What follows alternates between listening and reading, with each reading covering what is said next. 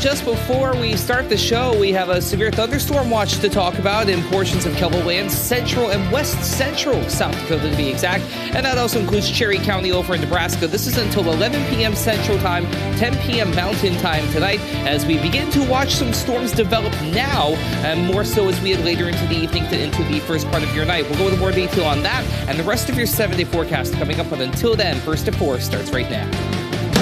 Live from KELOLAND Media Group, KELOLAND News First at 4. Sioux Falls police are warning people about the dangers of having your car stolen and the crimes connected to those thefts. Plus, we look at the next steps for lawmakers in Iowa when it comes to an abortion ban. And later, you can get a lunch and a show in downtown Sioux Falls as part of a new concert series. Good afternoon, and thanks for tuning in to First at 4. I'm Don Jorgensen. And I'm Kelly Volk. Sioux Falls police say they've investigated many more reports of stolen cars in recent years. Public Information Officer Sam Clemens says 2019 saw a little more than 750 reports of stolen vehicles. But both in 2021 and 2022 had more than 1,300 reports of vehicle thefts. Coming up tonight on KELOLAND News at 5, Dan Santella talks with police about the problem and the crimes connected with these incidents. A community in Minnesota is grieving after 5 young women were killed by a speeding driver on Friday night. The friends were out preparing for a friend's wedding. They range from age 17 to 20. According to police, an officer saw a speeding vehicle and prepared to pull it over. Before the vehicle could be stopped, the driver ran a red light, crashing into the victims. More than 1,000 people attended a prayer vigil last night to honor the 5 women killed. The crash suspect was taken into custody.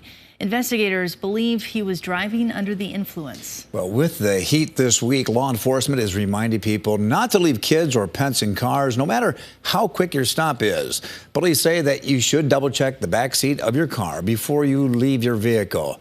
Authorities say that it only takes a few minutes for the inside temperature of the car to surpass 100 degrees. Officers treat these incidents as emergencies. That's an emergency situation. That's a life or death situation. Heat stroke can happen fast, especially with small children. So the officer's going to get there as soon as possible.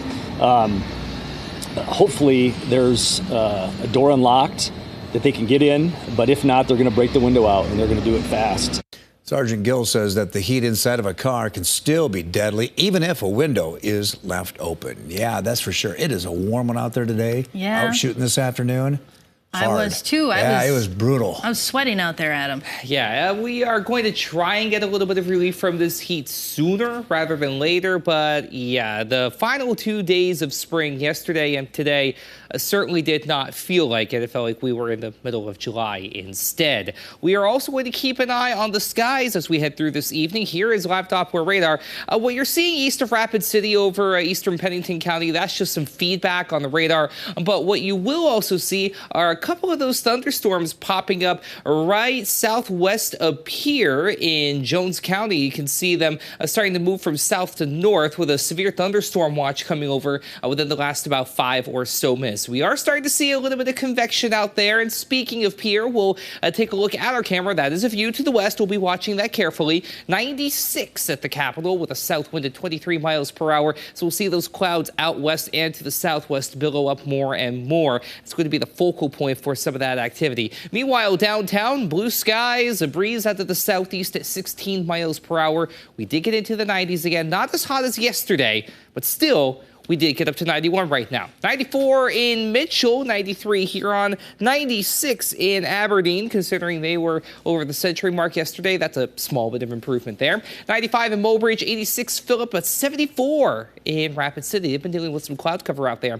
Dew points have been in the upper 50s and low 60s in many locations. So yeah, it's been a little on the humid side. We felt worse. We're going to feel worse as we head into the summer, but just something to keep in mind. So we'll watch as these thunderstorms develop right along the front edge of a surface front that will continue to slowly move on over to the east. A lot of these storms are going to track south to north along that boundary. That'll be our area of concern that we see as we do have a slight risk level 2 in severe weather up here to Mobridge over toward the Cheyenne River Valley and up toward Buffalo as well. Marginal risk in green, Spearfish to Rapid City, and then winter about as far east has areas just west of Aberdeen. We'll talk about the rest of your forecast, including going into a little more detail for tonight, coming up.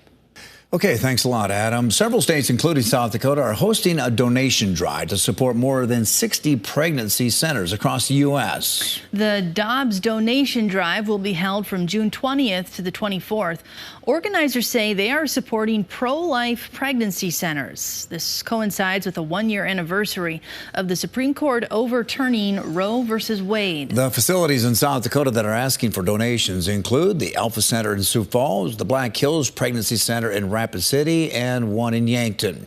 Each center is asking people to buy baby clothes, cribs, strollers, and toys from Amazon. The Black Hills Pregnancy Center says it provides a, quote, Christ-filled place to go for women and families facing an unplanned pregnancy. Both the Alpha Center and Zoe Care say they do not refer for abortions. When the Supreme Court decision came down nearly a year ago, South Dakota had a trigger law in place to make abortions illegal.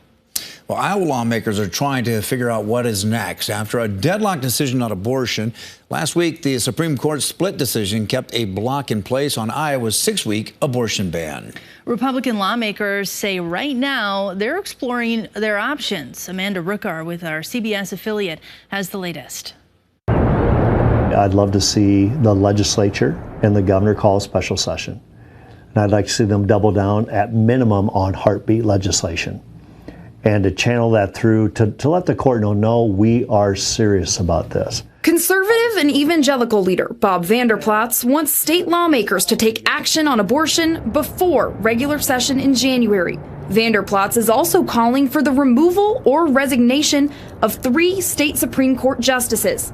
Last week, those justices ruled against reinstating the 2018 law that would have banned most abortions in Iowa. You have 3 justices who have politicized the court in a way because they have gone outside their separation of powers, outside their constitutional authority and duty, to become a super legislature. Although Vander Plaats suggests lawmakers should move to impeach, Drake University law professor Sally Frank argues that's not a legal option. Impeachment has to do with high crimes and misdemeanors. You know, if a justice were convicted of a felony, that would probably deserve impeachment. The fact that you disagree with an opinion of the court is not a basis for impeachment. And Frank says whatever lawmakers decide to pass, it will likely spark a new legal battle. Whatever is passed, I assume before it takes effect, Planned Parenthood and the ACLU will be back in court. Whatever the next action on abortion is, there will be a long road ahead in court. I would guess probably we've got another year of legal abortion in Iowa, at least. And that was Amanda Rookar reporting from Des Moines. Now, whether lawmakers call a special session or return to the State House like normal in January, Frank says that they'll likely pass some sort of abortion ban. She says lawmakers will likely also pass a constitutional amendment saying Iowa does not recognize any right to abortion. Minnesota Attorney General Keith Ellison is joining other states saying it will help Target respond to recent incidents of intimidation and destruction of Pride merchandise. A few weeks ago, the retailer said that it pulled some Pride merchandise to keep staff and customers safe from anti-LGBTQ plus harassment, vandalism, and other criminal acts. The attorneys general are offering to help Target while encouraging stores to reach out to local law enforcement to address any threats. At the same time, the coalition expressed its concern with Target's choice to pull some Pride merchandise in response to these acts of violence.